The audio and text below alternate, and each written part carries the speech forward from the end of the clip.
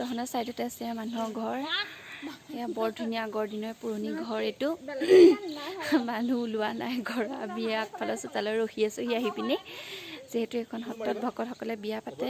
সেইকাৰণে তেওঁলোকৰ ঘৰো চাইডতে আছে hi friends welcome back to my YouTube channel Geeta's this vlogs আজি মই আপোনালোকৰ মাজলৈ লৈ আহিছোঁ মোৰ অন্য এটি ব্লগছ আশা কৰোঁ সকলোৱে ব্লগটো চাই নিশ্চয় ভাল পাব তেতিয়াহ'লে আহকচোন আজি ব্লগটো আৰম্ভ কৰোঁ মাজুলীত আজি আমাৰ 2 নম্বৰটো দিন আমি কালি আউনীআটী সত্ৰতে থাকিলোঁ আজি এতিয়া গা পা ধুই আজৰি হৈ আউনীআটী সত্ৰলৈ ওলাইছোঁ তাত সেৱা কৰিমগৈ আৰু কি কি বস্তু আছে সেইখিনি চামগৈ আপোনালোককো দেখাম তেতিয়াহ'লে মোৰ ভিডিঅ'টো চাই থাকিব শেষলৈকে এতিয়া আহি চামগুৰি সত্ৰ পাইছোঁ চামগুৰি সত্ৰৰ ভিতৰখিনিলৈ আমি আহি আছোঁ ইয়াত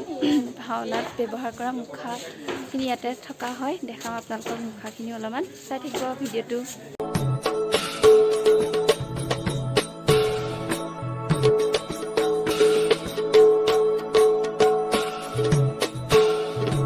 নন্দ নন্দ নন্দ ঘরে পূর্ণ ব্রহ্মই জন্ম ধরে নেত্র নীল নীল নেত্র সদায় গোপ গোপী মিলি খবে মঙ্গল গায় আমাৰ যিজন ককা আছিলে সত্ৰকৰ্ণী আটাৰে ককা 500 বছৰৰ পৰা ইয়াত আছে 500 বছৰৰ পৰা এইবিলাক হয় তাৰপিছত এইটো কণ্টিনিউ হৈ আছে পৰম্পৰাগতভাৱে আহি আছে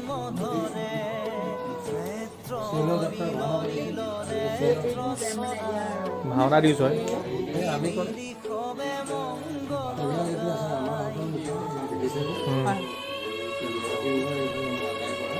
যিকোনো মাটি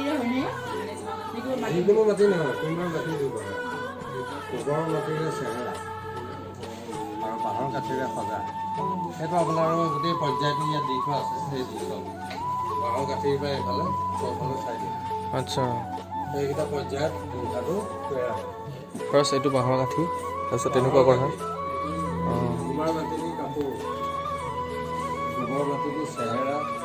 এতিয়া চামগুৰি সত্ৰৰ ভিতৰত আছোঁ এইখিনি মুখাখিনি ধুনীয়াকৈ তেওঁলোকে সংৰক্ষণ কৰি থৈছে বনায়ো ইয়াতে দেখিছে আপোনালোকে মোৰ পিছফালে পদ্ম তোমাৰ হৰিহে এতিয়া বেঙেনাআটী সত্ৰৰ ভিতৰলৈ সোমাই আহিছোঁ দেখাম আপোনালোকক ভিতৰৰ পৰিৱেশটো মানুহ একেবাৰে নাই ইয়াত আমিয়ে আছোঁ আহিছিলে চাগে যিটো আমাৰ অহা ইয়ালৈ দেৰি হ'ল সেইবাবে পকে আমি মানুহ চানুহ লগ পোৱা নাই এতিয়া বাটত কাকো গোপ গোপী মিলি খবে মঙ্গল গায়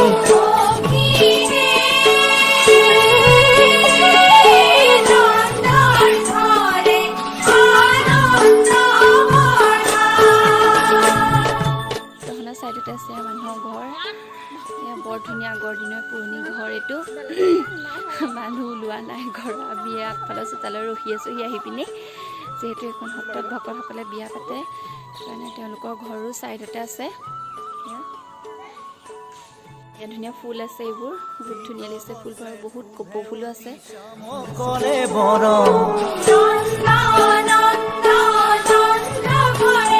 হে কমল লোচন চাৰু অৰুণ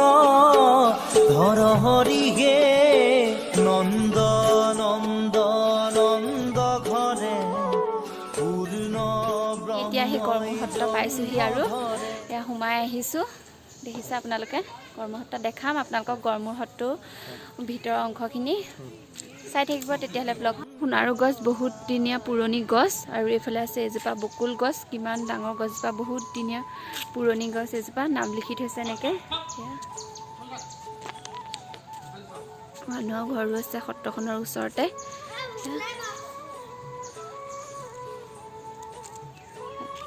এয়া মেইন সত্ৰখন গড়মূৰ সত্ৰ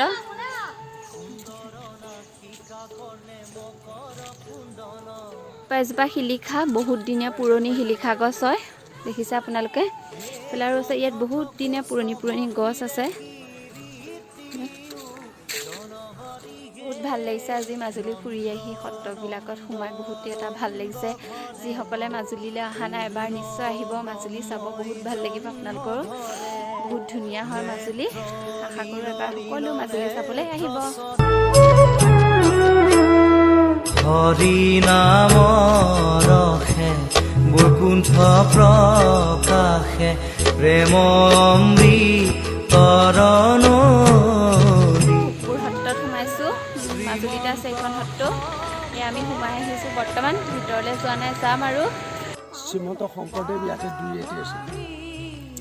শংকৰ মাধৱ যেতিয়া মণিকাঞ্চন সংযোগ হ'ল ধৰ্ম প্ৰসাৰটো বৃদ্ধি হৈ গুচি গ'ল তেতিয়া স্বৰ্গনাৰায়ণ সিংহক খলপাত দি দিলে ব্ৰাহ্মণে সেই খলপাত মিট কৰিবলৈ আহোঁতে ধোঁৱাহাট বেলেগ বুলি আছিলে ইয়াৰ পৰা প্ৰায় 50-60 কিলোমিটাৰমান ভাটিয়াত আছিলে তাৰপৰা আহোঁতে ইয়াত মানে যোগাৰ নাছিলে আমাৰ ধনাই মুদৈ আৰু দিননাথ ভাল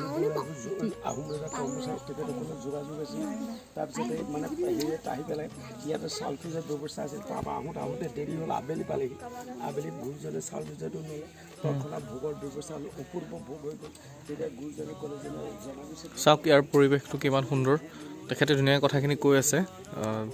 ইয়াত শ্ৰীমন্ত শংকৰদেৱ দুৰাতি আছিলে তো কি হৈছিলে সেইখিনি কথা তেখেতে ব্যাখ্যা কৰাই আছে লগতে সুন্দৰ এটা পৰিৱেশ আপোনালোকে জেগাটো চাওক কিমান সুন্দৰ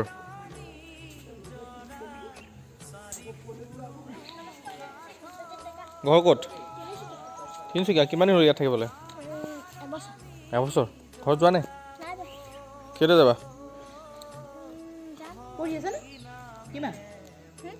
কোনটো বহাত থাকা তুমি কোনটো বহাত থাকা সেইপিনে আছা ইয়াত ক'ত গৈছিলা হয় নে অঁ সেয়ে তোমাৰ লগৰ আহিছে ন এইটো দেখিছা নাই মাতা আকৌ চিনাকি হোৱা নেকি ইয়াত থাকা নেকি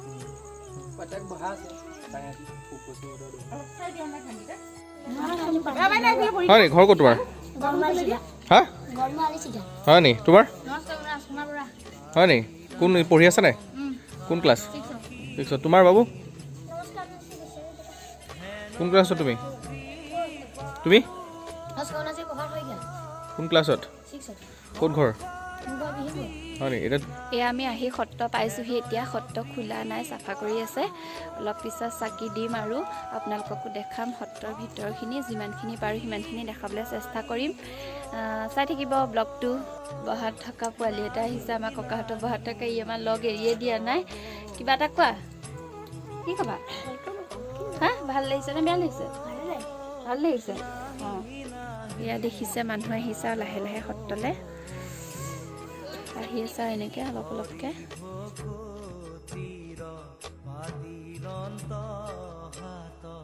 শংকৰে জগত জুৰি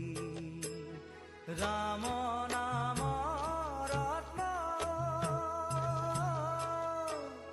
বেচায়া জগতে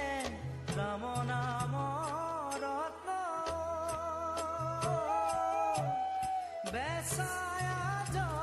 চাকি জ্বলালো এতিয়া চাকি দিলে হ'ব ন যাম অলপমান চামগৈ আমি ৰজা স্বৰ্গদেউ চন্দ্ৰকান্ত সিংহৰ দিনতে এই সূতাটো আউনীআটী সত্ৰলৈ অনা হৈছিল এই সূতাটো হৈছে পাহাৰীয়া তুলসীৰ সূতা আৰু এই খুঁটাটো সত্ৰত লাই খুঁটা হিচাপে প্ৰতিষ্ঠা কৰা হৈছিল আৰু ধুনীয়াকৈ এই খুঁটাটো এতিয়া সংৰক্ষণ কৰি থৈছে সত্ৰত তাত এখন কাগজ মাৰি থোৱা আছে খুঁটাটোত কাগজখনত খুঁটাটোৰ বিষয়ে ধুনীয়াকৈ লিখি থৈছে আপোনালোকে সত্ৰলৈ গ'লে এই খুঁটাটোৰ বিষয়ে ভালকৈ জানিব পাৰিব আৰু চাব ইয়াৰ ফুলনি বাগিচা আছে মই যে কৈছিলোঁ বেলি ফুলখিনি এইখিনি আমি আহিছোঁ ওচৰলৈ দেখাম আপোনালোকক ওচৰৰ পৰা পূৰা বেলি ফুল এতিয়া দেখিছেনে বেলি ফুলখিনি বহুত আৰু ফুল আছিলে বেলেগ বেলেগ নাৰ্জী ফুল আছিলে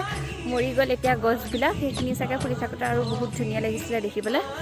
আমি নাপালোঁহি দেখিবলৈ বেলি ফুলখিনিয়ে দেখিছোঁ এতিয়া ই পূৰা ফটো পজ দি আছে ইয়াত ৰখি দেখিছে এইটো দেখিছে এইখিনি বেলি ফুলখিনি বহুত ধুনীয়াকৈ কৰিছে পানী আছে দেই তলত কৈছে এপাহ এপাহ ইমান ধুনীয়া ছানফ্লাৱাৰ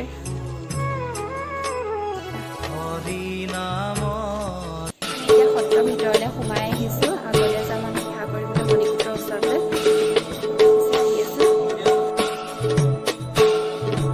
নন্দ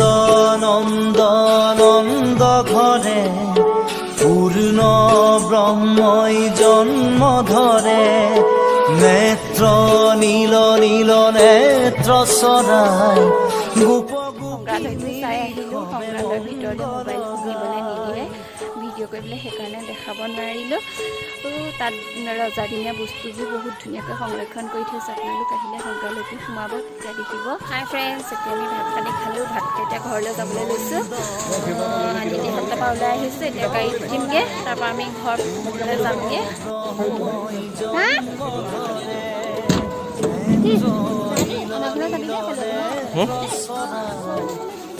গোপী মিলি খবে মংগল গায়